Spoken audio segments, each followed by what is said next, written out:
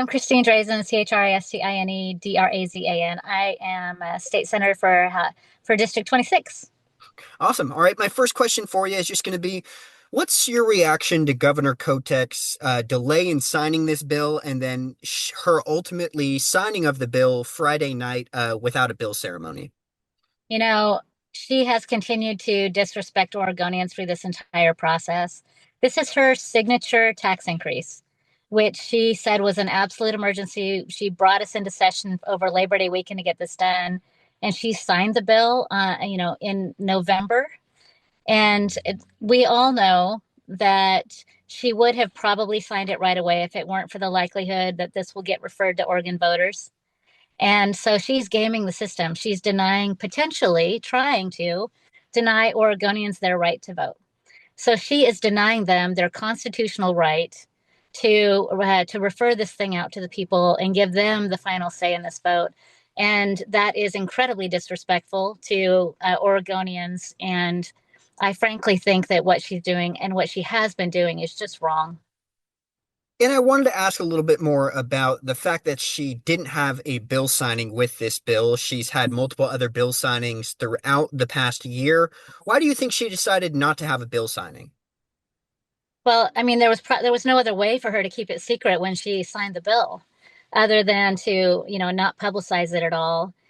So there's two options there: is that she wanted to hide the fact that she signed it on Friday, and then no one would know until Monday, or she's embarrassed about her bill and that she did not.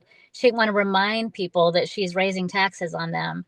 So both of those options are really quite pathetic. I mean, we're at the point now where that agency absolutely could have all along had their budget balanced within available resources. She didn't have to raise taxes, and instead she insisted on raising taxes on Oregonians when they can't afford it. She knows they can't afford it, and now she's trying to keep them from being able to have the final say on her bill. And to do it in the dark of night, that is shocking and shameful. And I wanted to move towards this referendum. Is this something that you're supportive of? Absolutely. I believe that Oregonians should have the opportunity to vote on this legislation. And I will be, gathering signatures with everybody else across the state to ensure that Oregonians have a fair shot at being able to have the last word on this. And I did want to ask too, with this referendum, it would freeze the tax increases if the necessary amount of signatures were achieved. Governor Kotek's office has said that there will be road concerns in terms of safety and other issues like that if that additional revenue that ODOT is counting on is not given to them. What's your response to those concerns if this bill is referred? I think the governor needs to stop gaslighting Oregonians and trying to stoke fear in Oregonians. She knows that in prior years, when we have needed funding for road maintenance in the winter, when we needed snow plows in the winter, you can go to the emergency board. That money is sitting there. And so she has absolutely no justification to act like Oregonians are going to have unsafe highways in the winter season.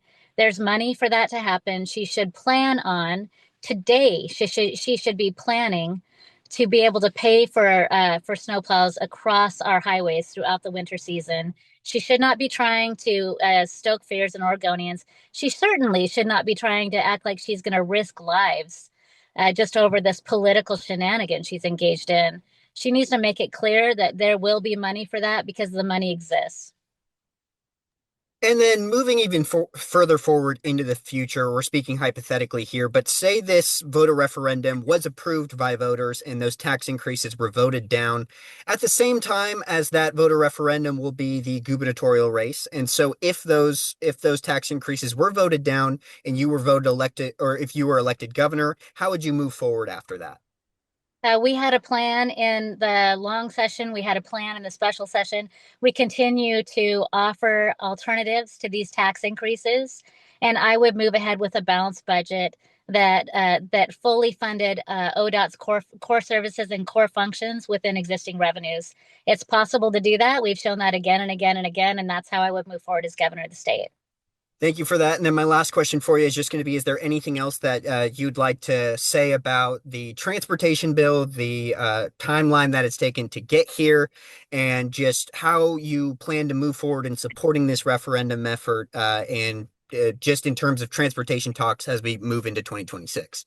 I think the most important thing for Oregonians to know is that they have it in their power right now to put this tax on the ballot.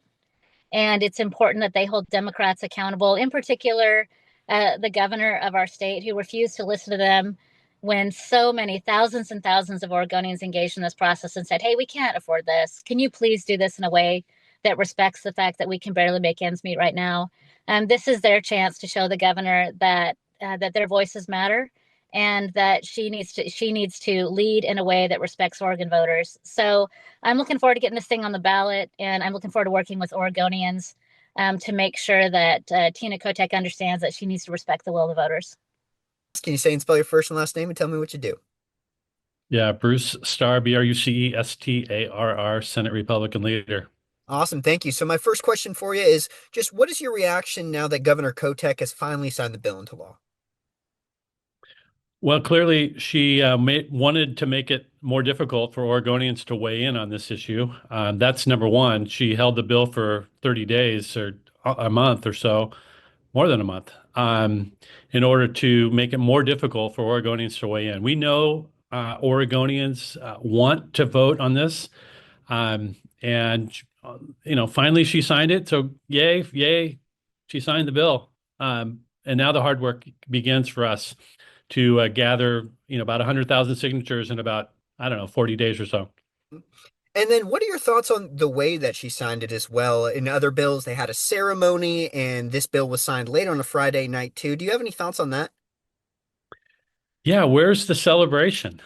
Where's the everybody, standing around and slapping each other on the back saying, "Good job." You don't see that here. I think there's a reason why that is. It is interesting. I reached out to the governor over the weekend. And I put a phone call in. I texted the governor, did not hear back. So we had heard that she had signed this bill late on Friday, but no confirmation over the weekend until this morning. Thank you for that. And Representative Deal said this morning on X that he's going to the Secretary of State's office to submit the referendum within the hour. Can you confirm that this referendum has been submitted? Yes, we filed the paperwork this morning.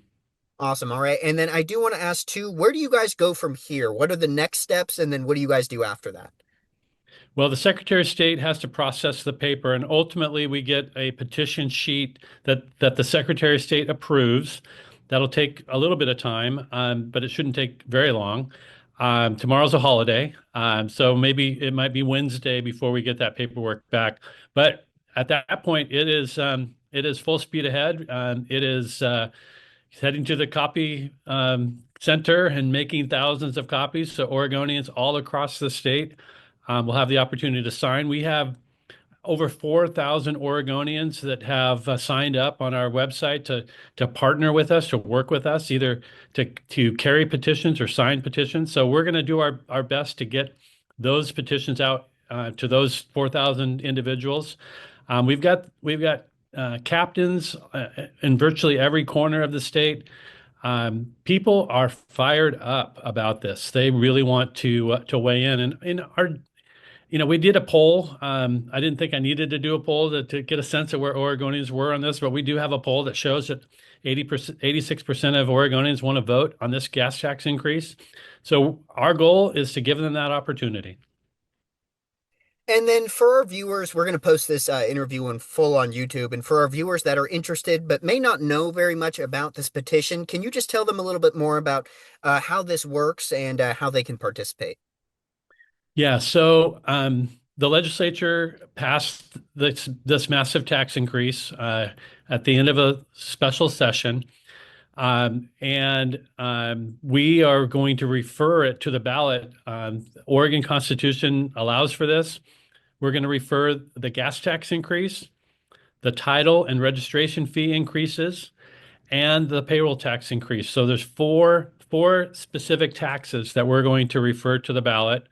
And there's a lot more in the bill, but we didn't want to to refer a 55-page document. We're just going to refer the taxes. So we take, separate sections out of the bill. I think there's 4 or 5 sections that we're taking out of the bill to refer. There's a process that we go through to submit that to the Secretary of State. We get approval. Once that happens, we got to gather officially 78,116 valid Oregon voter signatures. Because of the way the process works, our goal is to gather over 100,000. And we have until the end of the year to do that, until December 30th. Our goal is to get all the signatures in by December the 20th. So we recognize we're getting right into the holiday season. It's going to potentially be a challenge just because of that. It's part of the process that we have to deal with.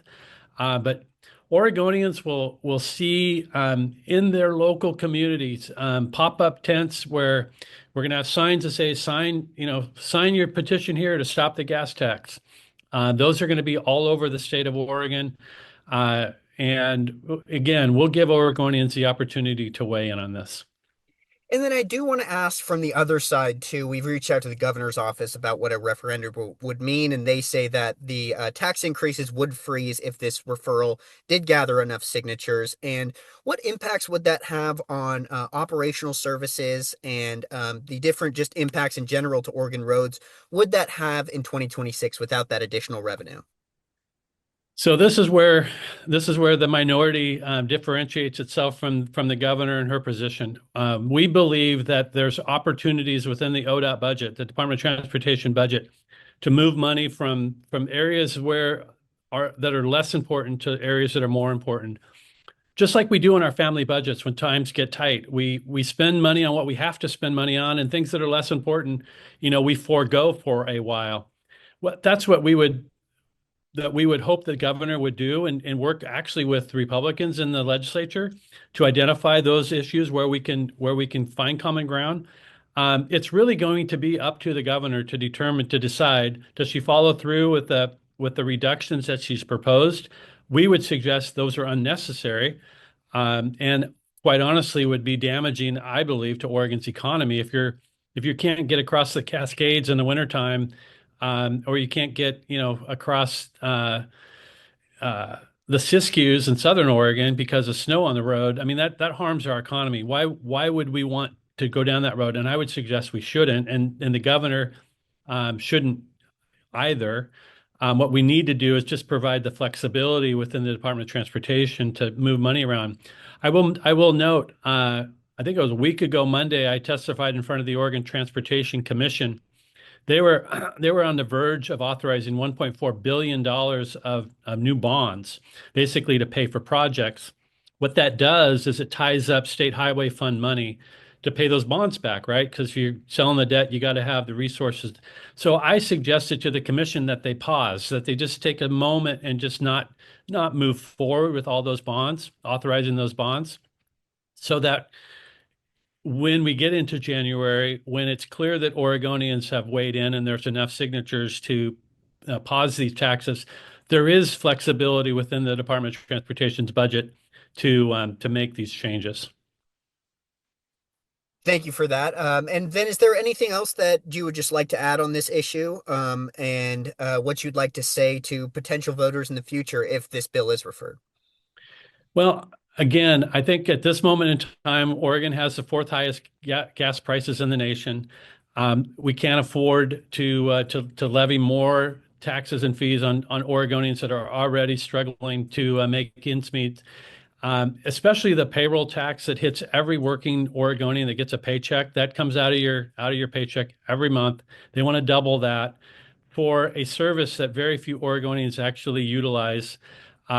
Let's pay attention. Go to our website, stopthagastax.com, and there's a lot of information there on how to engage with the campaign.